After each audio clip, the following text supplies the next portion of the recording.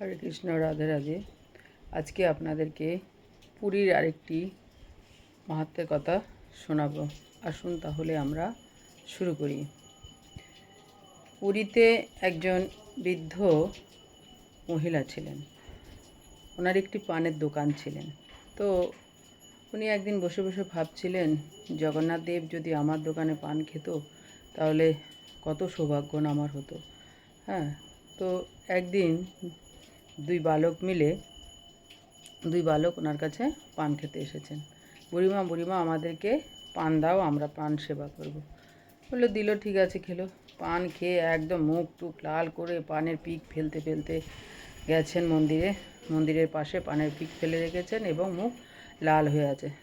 তখনকার দিনে যে সেবায়িত ছিলেন, যে সেবা করতেন, উনি দেখছেন কি ব্যাপার, পানের পিক পড়ে আছে মন্দিরে, আমি এত সুন্দর করে শৃঙ্গার করে গেলাম, ভোগ দিলাম, কোনো কিছু ছিল না, এখন এই নোংরা কোথা থেকে আসলো।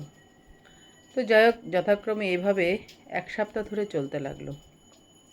তখন লাস্ট যেদিন 1 সপ্তাহ পূর্ণ হলো, সেদিন জগন্নাথ দেবের যে উত্তরী, সেই শীতকাল ছিল এবং জগন্নাথ দেবকে যে শাল পরানো হয়েছিল আর বলরাম দেবকে যে শাল পরানো হয়েছিল, সেই শাল খুলে বুড়ির সেই ঝুপড়িতে, দোকানে যে ছোট্ট মতো ঝুপড়ি করে দোকান দিয়েছিল বুড়িমা, সেই ঝুপড়ির ওইখানে ফেলে রেখে চলে এসছেন।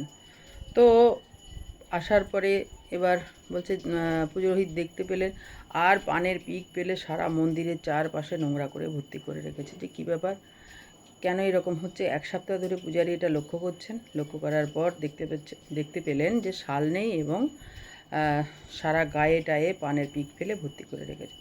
এখন বললো, দেখো কোন পানের দোকানে এই সারা পুরীতে সিপাহী পাঠিয়ে দেওয়া হলো। ইন্দ্রদন্য রাজার কাছে সে খবর চলে গেল। চলে যাওয়ার পরে রাজা সেনাপতি পাঠিয়ে দিলেন। সেনাপতিদের নিয়ে, সৈন্য সামন্তদের নিয়ে পাঠিয়ে দিলেন যে দেখো কোথায় কোন দোকানে কোথায় শাল পাওয়া যায়। তখন খুঁজে সারা পুরীতে খুঁজে ওই বুড়িমার ঝুপড়িতে সেই শাল পাওয়া গেল। বললো, এক্ষুনি বুড়িমাকে দড়ি বেঁধে রাজদরবারে নিয়ে আসা হোক। তখন বুড়িমাকে রাজদরবারে নিয়ে এসে, যে তুমি শাল চুরি করেছো, জগন্নাথ দেবের মন্দির থেকে তুমি শাল, বলরাম এবং জগন্নাথ দেবের শাল তুমি চুরি করে নিয়ে গেছো। তখন বুড়িকে আটক করে রাখা হলো। সেই রাতেই জগন্নাথ দেব ইন্দ্রদন্য রাজাকে স্বপ্ন করালেন। তখনকার দিনের রাজা ছিলেন ইন্দ্রদন্য রাজা পুরীর, ওনারই মন্দির, ওনারই শাসনকালে। তো তখন স্বপ্ন করালো যে বুড়িমাকে শিগগিরই ছেড়ে দেওয়া হোক, আর এই বুড়িমার দোকানে আমরাই দুই ভাই গিয়ে আমরাই পান খেয়ে এসেছি নিজে, এবং পান খেয়ে আসার পরে আমরাই শাল ওইখানে রেখে এসেছি, বুড়িমাকে ছেড়ে দেওয়া হোক। এবং আজ থেকে রাজাকে অনুমতি দিল, আজ থেকে তুমি প্রচলন করো, আমাকে 3 বেলা যেন আমাকে পানের সেবা দেওয়া হয়, আমি পান ছাড়া প্রসাদ গ্রহণ করব না। তাই পুরীতে এখনও 3 বেলা ঠাকুরকে পান প্রসাদ হিসাবে ভগবানকে দেওয়া হয়।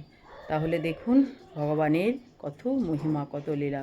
জয় জগন্নাথ, জয় জগন্নাথ, জয় জগন্নাথ, জয় জগন্নাথ।